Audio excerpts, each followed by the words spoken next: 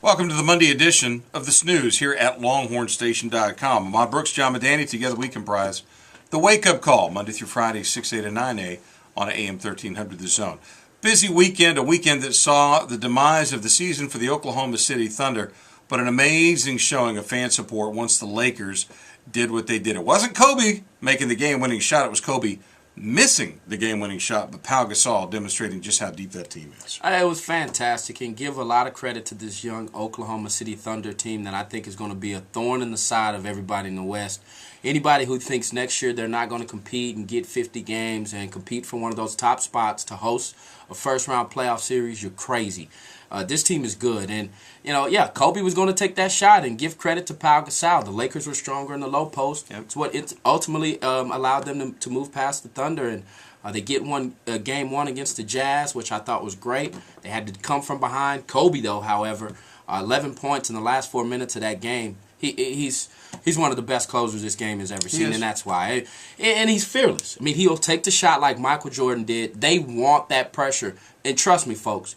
You got to really have a big heart to want the ball in your hands when the game's on the line at the end. He needs to get rid of that whole alien thing he's done the last couple of years where he sticks his lower set of teeth out after making a shot. I don't know where he got that from. That's an ugly look. That he was is watching not Alien. It's not like the tongue, man. If he's trying to get the effect with the Michael Jordan tongue, he's far off with it from that one, man. That's not a good one. So in the West, as we move on to the second round, the teams seeded 1, 3, 5, and 7 were those who advanced, which means we ended up with 2 upsets in the West. The 8th-seeded Oklahoma City Thunder almost pushed to Game 7. The 7th-seeded Spurs got it done against the Mavs, so we're still in for a treat as far as the NBA goes. The fight game, many of you got a chance to see Mosley Mayweather on Saturday night. I did as well. Mosley should have had him in the second round. He rocked him, couldn't finish him, and at that point the Mongoose was just too hard to hit and didn't lose another round. Now here's the interesting question. What will it take for us to get the fight that everybody wants to see, and what would you be willing to pay in order to see Mayweather-Pacquiao? You brought up the $100 mark earlier today. $99.95. I think I'd pay $100, and I know that sounds crazy, but this is the fight that everybody's been waiting on. And my question mark heading into this Mosley Mayweather fight was, could Mayweather handle the punching power of Mosley?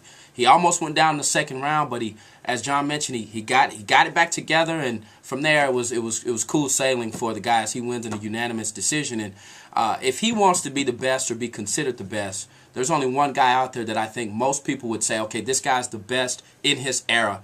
If he can fight Pacquiao, beat Pacquiao, the left-handed powerful puncher, I think from there it's hard to argue that this guy is one of the greatest that we've ever seen, John. But kudos to him. I want to see that fight, and I would pay $100, John. There used to be a time in my history as a sports fan, talk show host, etc. I used to say things like, "There's too much money on the table; it will happen." But I've been saying that about a playoff in college football for years now, so I'm not sure exactly if I'm going to have to jettison that phrase for something else.